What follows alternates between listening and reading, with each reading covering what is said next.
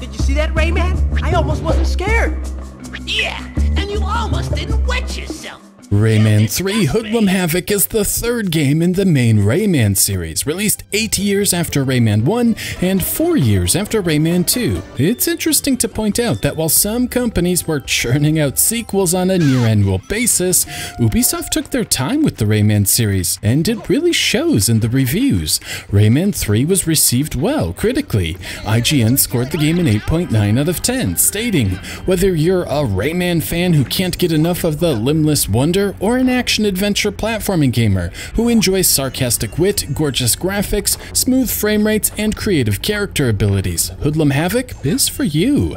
GameSpot agreed, giving the game an 8.1 out of 10, noting, "What Rayman 3 does is recreate much of the same lighthearted whimsy that made Rayman 2 so incredibly enjoyable, while differentiating the action enough for the game to stand up on its own." Finally, Game Informer magazine scored the game an 8.5 out of 10, stating, "You're playing it to marvel at the gorgeously rendered environments, giggle at Glowbox's antics, and enjoy some good old-fashioned platforming done with a fresh twist." So, is Rayman 3 Hoodlum Havoc still this good? Let's dive in. Rayman 3 opens with some plot. A mysterious black lum named Andre is introduced, who can be seen turning red lums into his familiar form. After amassing a large horde of these black lums, Andre leads them to a woolly creature, who they promptly shear.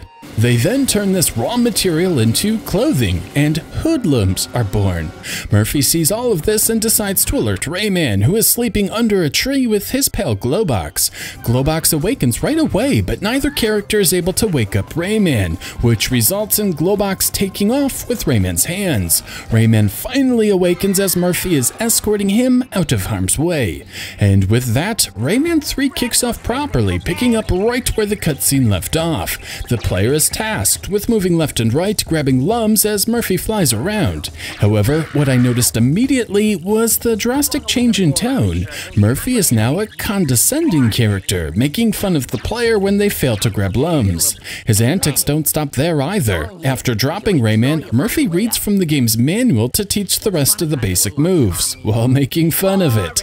Like before, Rayman can jump, float with his helicopter hair, climb, and attack. New is a kick, a melee attack that hasn't really been present in the series thus far. Finally, the last part of the tutorial has the player pressing a timed button to stop a runaway barrel. If successful, the player can kick the barrel, freeing Glowbox and reuniting Rayman with his digits.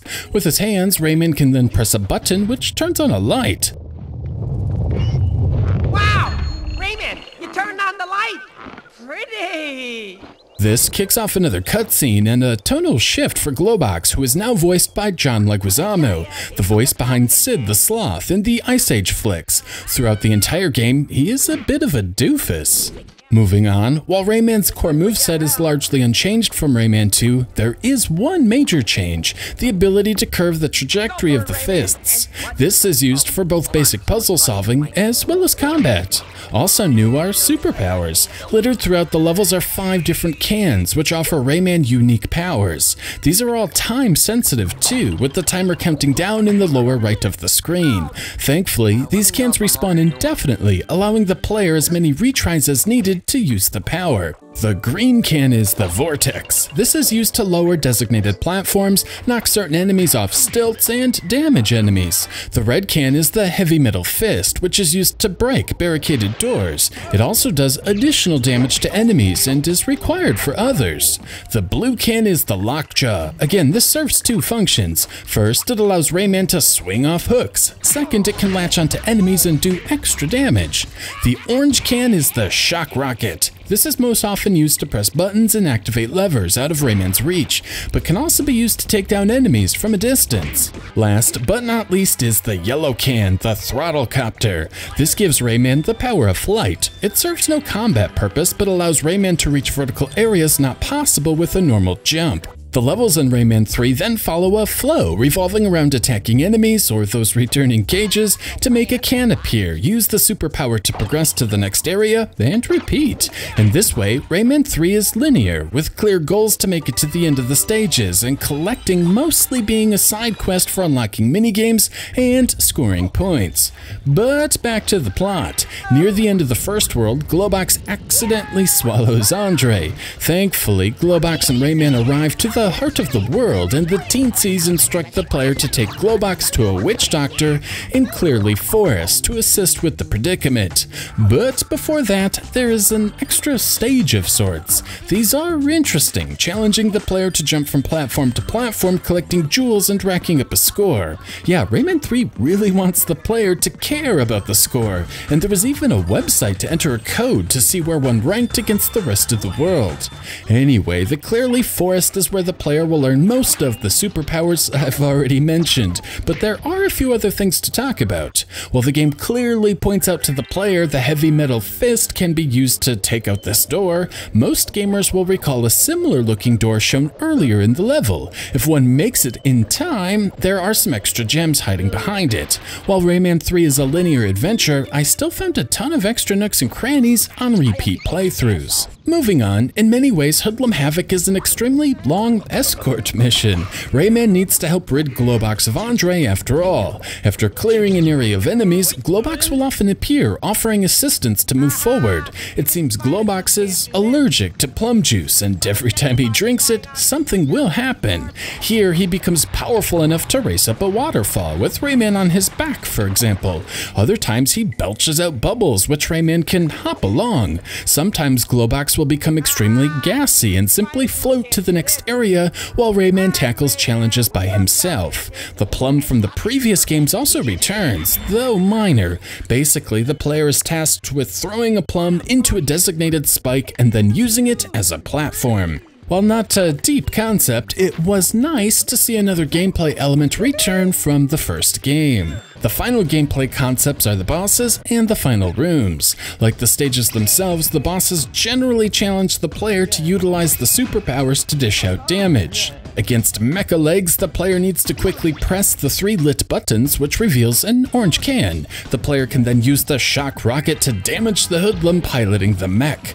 Complete this 3 times and a second phase initiates. Here, the player pilots the mech and needs to smash wave after wave of hoodlums. If I'm honest, the second phase feels like a waste of time. The player cannot take damage, meaning there is no punishment for poor play. The mech doesn't control well either, making for a slow, awkward experience.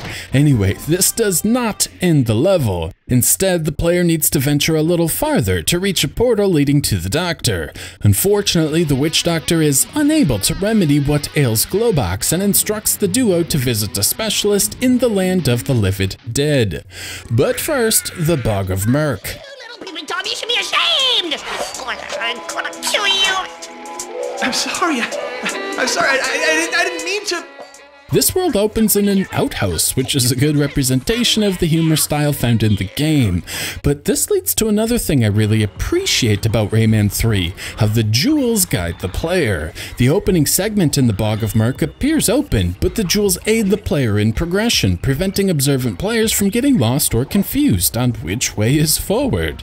Clear the swamp and the player will arrive at a mansion for a boss fight. The player needs to chase this gun-wielding fella around his mansion and land hits. While I found this fight tiring, Rayman 3 does include a life bar. This makes it easy to tell if non-charged punches are even doing damage, as well as give the player a visual indicator as to how much longer the fight will last.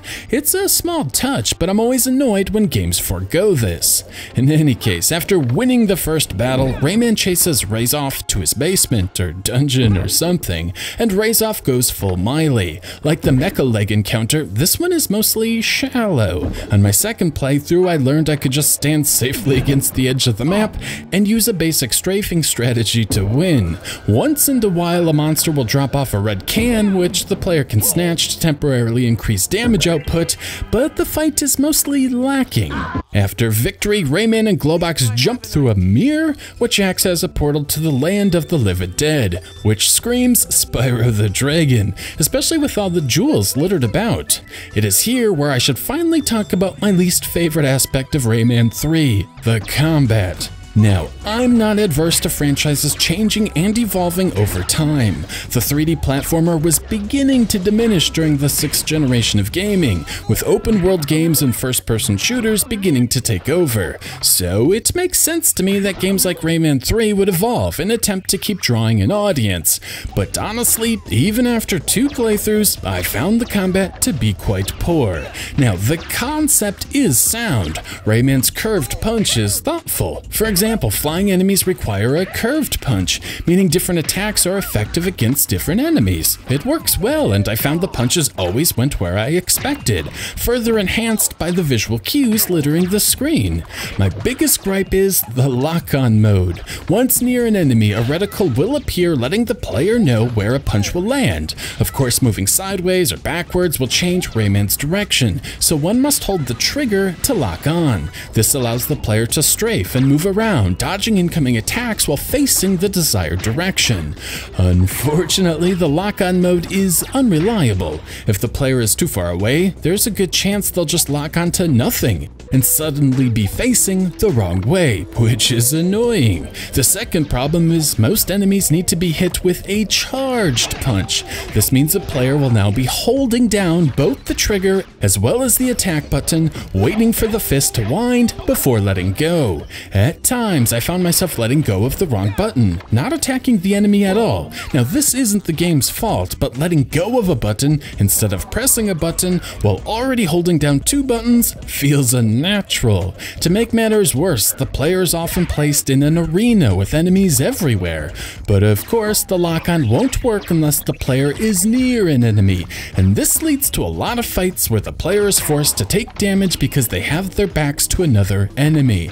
Now, one might think one could avoid placing themselves between 2 enemies and alleviate the issue, but this isn't always possible. For one, the camera doesn't always allow for it, and second, enemies often just spawn behind the player. This means most of the combat footage shown in this video is going to look incredibly sloppy while I take damage, but not all of it is my fault. There is a second problem with having to hold the attack button to charge up the fist. One can't move the right joystick to adjust the camera, on the Xbox controller at least. Therefore, anytime there were more than 2 enemies on the screen, I was left constantly fighting both the controls and the camera, trying to dodge incoming attacks I couldn't see, lifting the wrong button to attack, and left unable to charge an attack while moving the camera to the desired enemy, because the lock-on system doesn't work very well. Needless to say, while I don't mind the expanded combat, I hate how poorly it controls. And no, there is no way to move the attack button to a trigger, which would vastly improve the situation, allowing the player camera access while charging the fist. On the flip side, when there is just a single enemy, things are a lot better, like this enemy with a shield. The idea is to have him swing his shield to the left or to the right to deflect a punch, and then launch a punch in the opposite direction to land a hit before he recovers. Moments like these are far more satisfying when the game mechanics and controls are working with the player instead of against them. Moving along, the Land of the Living Dead does highlight one of Rayman 3's biggest strengths. The platforming is actually really good. While similar to Rayman 2, the timing elements add some much needed difficulty. Take this large tower for example. The player needs to punch a switch, which activates temporary blocks. The player needs to jump from block to block before they recess. At the top of this obstacle is a blue can, which allows the player to then grapple off hooks at the top of the stairs. After racing through some more hooks and stairs, they'll eventually reach the top of the tower, which contains a caged teensy. Freeing the teensy will reveal a can back at the bottom of the tower, containing an item needed for the next area. If the player fails at the platforming or fails with the lockjaw superpower, they must restart the obstacle from the beginning. The timed elements add needed pressure to the task. The punishment for failure is fair and not overly harsh. Overall, it's well designed, and the game is littered with moments like these. And then there is the shoe car, which stinks. There are a few scripted moments where Rayman will shrink and then use his shoe as a bumper car. The goal is to smash into the other shoe 3 times, which will unlock the way forward. Unfortunately, these moments are not enjoyable. The controls are fine, but chasing a chaotic foe in a wide open arena feels tedious, lacking any sort of depth or strategy. The Land of the Living Dead also features Rayman 3's only underwater section. Oddly, the player has no control over depth. At first I thought I was missing something, but no, the player is not free to explore underwater, but is limited to a single plane. Anyway, while underwater, Rayman has access to a backward somersault. With this new gimmick, another boss is presented. The player needs to swim towards the boss, hit the jump button, which will cause a chasing missile to strike the boss as Rayman jumps behind it. There is also a simple laser to avoid, but this is trivial. Upon defeat, the player can make their way to the exit gate, and another cutscene is presented where a doctor fails to heal Glowbox. This doctor tells our heroes they need to see an expert in hollow cavities, and sends them off to the desert of the Kanaran. The main gimmick here is the Kanaran themselves, who are completely immune to Rayman's attacks. This means enemy avoidance mixed with some light puzzle solving. If the player hits a large gong, the Kanaran will race towards it, giving the player a temporary path forward free of enemies. It's a pleasant evolution to the gameplay presented thus far, and the enemy avoidance is a nice change of pace compared to the lackluster combat. Another puzzle element are these rocks. The player is tasked with carrying them to a switch to keep it pushed down. Every so often, the player will need to put down the rock and clear out some enemies or avoid collapsing platforms. Getting hit by an enemy or falling off a ledge will cause the rock to break, and the player will need to restart at the beginning of the obstacle. After some more sneaking about and hitting gongs, Rayman arrives at an angry dude named Reflex. This boss fight is alright. Reflex has some interesting attack patterns to avoid, which I enjoyed. The outside of the arena also has plenty of health power-ups and the heavy metal fist, both helpful items for dealing with the threat. After avoiding the various attack patterns, the player will need to strike the scepter, which is the weak point. My only real complaint is how this battle goes on forever. On my second attempt, for example, it still took me a whopping 7 minutes. Beating Reflex will grant Rayman the power to turn black lumps back into red lumps, which are health.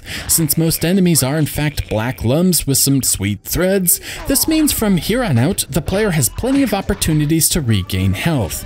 This is actually more useful than it sounds because health isn't restored between stages. The only time health is restored is after freeing 6 teensies, which expand the health bar and refill it. After making it through the rest of the desert and jumping through the portal, another Doctor cutscene kicks off. It's worth mentioning that all 3 doctors attempt to rid Glowbox of Andre by using Glowbox as an instrument. When the 3 of them team up for a jam session, Andre finally loses it and flies away. With no one even attempting to stop him, Andre makes his way to the desert to the recently defeated Reflex. Andre makes a deal that if Reflex can steal the scepter from the king, Andre will deliver Rayman's head on a platter. Back at the heart of the world, the teensies determine Reflex and Andre are going to invoke the Leptis and have unimaginable power. Thankfully, they open up a shortcut for Rayman to catch up with the 2 villains. The longest shortcut introduces a new mechanic for the player. The player needs to grab 10 crowns, which are needed to unlock a door, so the process can repeat. Each of these areas is essentially a self-contained obstacle course, and this is easily my favorite part of the game. First, there are no enemies. Second, these obstacle courses offer the perfect mix of tricky platforming and light puzzle solving in order to find the 10 crowns. I particularly enjoyed these invisible platforms, which are only visible in the reflection on the walls or floor. The camera is programmed perfectly here, giving the player player the best view to overcome the challenge. After clearing the shortcut, Rayman arrives at a pirate ship on an island, which leads to another lackluster boss fight. The player needs to punch one of 4 different cannons to take down enemies arriving by water. Unfortunately, there is no easy way to identify where threats are, as the camera is mostly unresponsive here. Instead, success is easily achieved by just visiting each cannon a few times, punching and repeating. There is literally zero strategy here, and again, it feels like a waste of time. The next level is the summit beyond the clouds. Sadly, the combat-heavy gameplay returns for the final leg of the game. On my second playthrough, I did discover a new strategy for defeating enemies though. In the beginning of the game, when Rayman had no hands, he could kick objects. Well, it turns out this kick is also useful for attacking enemies. So from here on out, anytime I found myself in tight quarters, I just kicked enemies and took damage. Whether this is how the designers intended play, I cannot be sure. And while not a glamorous way to play Rayman 3, it was far less annoying than attacking the traditional way. The summit ends with a snowboarding section where the player needs to beat Glowbox to the end. If the player fails, they'll have to repeat the entire section again, but this does allow a chance to grab some missed jewels, so not all is lost. And it's vastly superior to the snowboarding sections in Sonic 06, so it has that going for it, which is nice. From here, Rayman and Glowbox arrive at the Hoodlum headquarters. This is where 2 plot points completely baffle me. First, as far as I can remember, Hoodlums were just created a few hours earlier, so I don't know how they have a full operating headquarters. Second, Glowbox announces Andre was starting to grow on him. Why this new fondness for Andre? I have no idea. The player is just expected to accept this from here on out. It's worth noting the difficulty is also starting to ramp up. This machine requires perfect timing to defeat, avoiding incoming projectiles while hitting a target with a charged up fist. There is also a chase sequence that is perhaps the most challenging section in the entire game, as it is one of the few times where death is a real threat. After reaching the top, the Hoodlum HQ explodes, but Rayman thankfully escapes. Unfortunately, Reflex and Andre are off invoking Leptis, which kicks off the final level, the Tower of Leptis. There isn't much to say about this section. It's honestly just more of the same. There are lots of obstacles to overcome, lots of enemies to defeat, lots of superpowers to utilize in strategic ways, and the level ends with a flying section, another callback to Rayman 2. Unlike Rayman 2, however, the player is able to stop the flying craft, which does make things much easier. On the flip side, the flying sections are interrupted with shooting. The backside of the craft has a turret, and the player needs to mow down enemies quickly before they launch their attacks. After this, the player will reach the top of the tower and take on the final boss.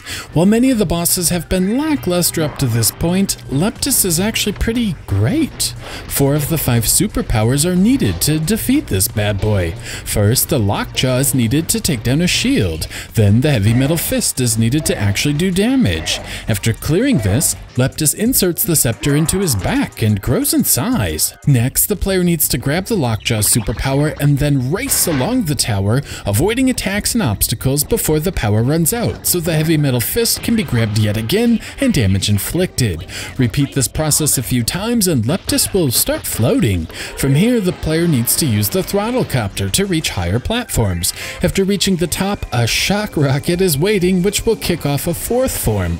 Leptis grows wings and flies away. Thankfully, Glowbox arrives with the flying car so the duo can continue the fight. Curiously, the auto fire is taken away, meaning the player has to rapidly press the fire button. After doing enough damage, Leptis will land and a bunch of Hoodlums are ejected. In this 5th attack style, the player will need to launch bombs to take down the Hoodlums. Some will inevitably make it back to Leptis so the cycle can repeat a few times. Still, after defeating Leptis, all that remains is a lone Andre. Rayman can then use his power gained earlier to turn Andre back into a red lum, and the boss is finally defeated. defeated. Honestly, this entire sequence is awesome. A lot of creativity went into utilizing most of the superpowers in logical and intuitive ways. The platforming can be tricky, timing and precision are necessary for success, and the player's dexterity is challenged. It's a great way to end the adventure, and I wish the rest of the bosses were this well designed. In any case, with Andre defeated, Globox and Rayman return to their napping positions from the beginning, and then of course, the credits roll.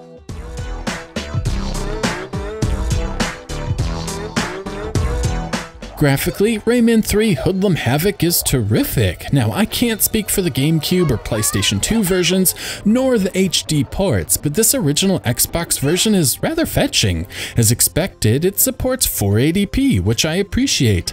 Sadly, anamorphic widescreen is absent, which is a disappointment.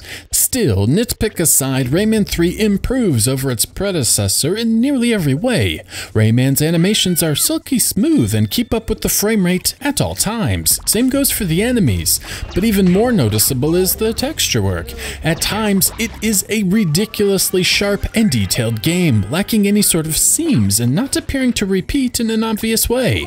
At times, the game truly does look like it's running at higher than 480p, thanks to the artist's handiwork. Same goes for the polygon counts. Rayman 3 just doesn't seem to have many compromises, despite the limitations of 6th generation hardware. Environmental objects are varied and detailed, from small background items like trees and plants to large items like this black cauldron. While not every round object is this perfect, it's pretty amazing to see objects appear this dense, smooth, and detailed in 2003. From a technical standpoint, the artists did a fantastic job utilizing the hardware available to create detailed environments to roam around in, expertly utilizing texture detail or polygon detail depending on the situation.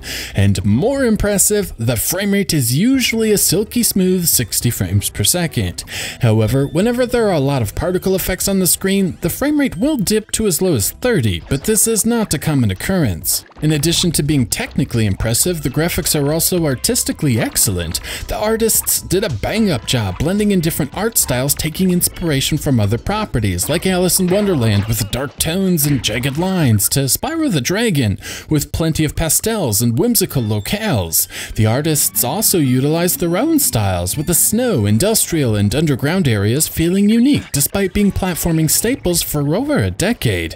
The vast amount of variety makes Rayman 3 feel like a giant adventure, which I like. Speaking of style, Rayman 3 retains a dark aesthetic. Rayman has always been a dark series, with the worlds getting darker the closer the player gets to the end. But the artists did an awesome job using a bold color palette to keep things feeling cartoonish despite the lack of light.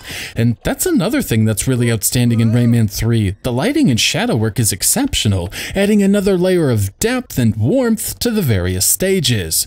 Across the board, Rayman 3 is a standout game for the Xbox, with smooth animations, excellent texture work, detailed level geometry, cool weather effects, and awesome lighting to really make Rayman 3 feel like a polished adventure.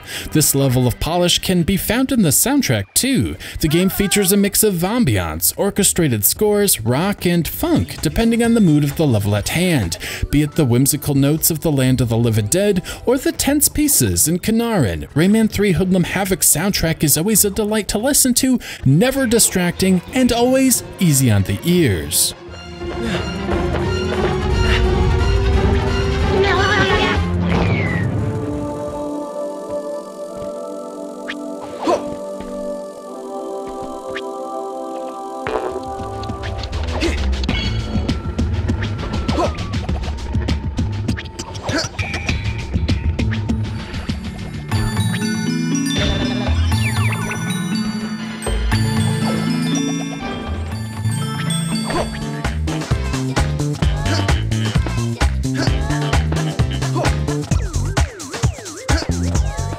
So, with all of that out of the way, we arrive back to the question asked at the beginning of the video. Is Rayman 3 Hoodlum Havoc still as good as the review suggested way back in 2003? Let me start by saying some of the charm from the past games is absent in Rayman 3. The whimsical, fairy tale-like storytelling from the past games is gone. In fact, the only fairy in the game is used to set up a Zelda joke. I think wacky is probably the best way to describe the overall tone. Rayman and Slowbox rip on each other, the free teensy spew out one-liners once freed, the game references things like the aforementioned Zelda, Mickey Mouse, and even Star Wars. There is plenty of toilet humor and even sexual innuendos. Seeing as I'm not 12 anymore, a lot of the humor comes off as obnoxious rather than funny. Perhaps the developers were going for a Shrek-like story, where some of the jokes were meant to go over a child's head, but make an adult laugh. I can't be certain, but if that's the case, they mostly missed. Still, a lot of this is my own personal preference. Nothing here is too cringy, and let's be honest, most stories and platformers aren't exceptional, so it's really par for the course. Moving on, Rayman still controls really well. His momentum has been tweaked though, namely the momentum when landing. In Rayman 2, Rayman would keep momentum when landing doing a neat parkour maneuver. This is absent in Rayman 3, and Rayman will slow down slightly when landing. However, this works perfectly with the level designs presented. Hoodlum Havoc features a lot of small platforms, and this slight decrease in speed makes landing on small surfaces feel natural. As a whole, the platforming in Rayman 3 is amazing. The superpowers contained within Rayman 3 are an awesome way to push Rayman 3 forward as a series without derailing what made the franchise so good to start with. The fact they are timed adds a sense of urgency to their use and pushes the player to use their noodle to figure out how to utilize them in the limited time allotted. One can't just take their time, they need to get moving. And in this regard, Rayman 3 offers some of the best 3D platforming I've experienced in some time. The challenge is just right, starting off nice and easy, then slowly ramping up to difficult gauntlets as the game nears its conclusion. I love how failing at a task doesn't result in death, but rather a reset. In this section here, there's even a conveyor belt to the beginning as to not waste too much of the player's time, which is an awesome little design touch. Speaking of well designed, I dig how smooth the lockjaw is to use. Rather than jumping off hooks and grabbing the next one, the lockjaw can be used without jumping off a hook. While minor, it feels really great to use and helps these areas flow really well. While linear, Rayman 3 offers plenty of replayability.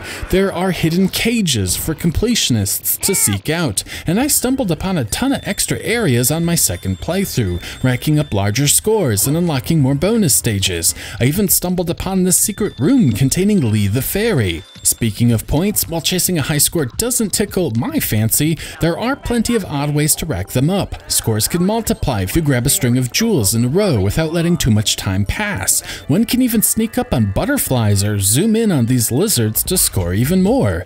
While not for me, I appreciate how they're optional secondary objectives for gamers looking for something to do on repeat playthroughs, rather than mandatory. However, while the platforming controls and level design are great, Rayman 3 doesn't feel as sound as Rayman 2. Perhaps this is because Michel Ancel wasn't leading the way, and the game definitely has some strange gameplay decisions. Most of the boss battles drag on for way too long. The combat as a whole is not very good, and the shoe mechanic lacks any sort of depth. I've already gone at lengths at the technical problems, so I won't rehash it here, but I really didn't like this game on my first playthrough. That's how sloppy the combat feels. Even after a second playthrough, the mechanics never felt natural. At the end of the day, Rayman 3 Hoodlum Havoc is a good game, but most definitely flawed.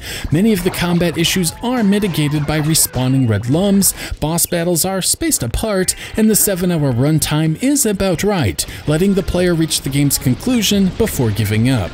Now, I don't want to undersell Rayman 3 either. The controls are wonderful, the platforming is excellent, and the superpowers are at times creative. It has that Nintendo level of polish where every item and platform feels perfectly placed and thoughtful, rather than haphazard, and the overall presentation is exceptional, still looking beautiful 15 years later. I just wish this level of polish and attention to detail was more consistent through the entire adventure. If you're into 3D platformers, Rayman 3 is easily accessible via digital distribution and definitely worth a look, but a timeless classic, this is not. I have to go drop the kids off at the pool.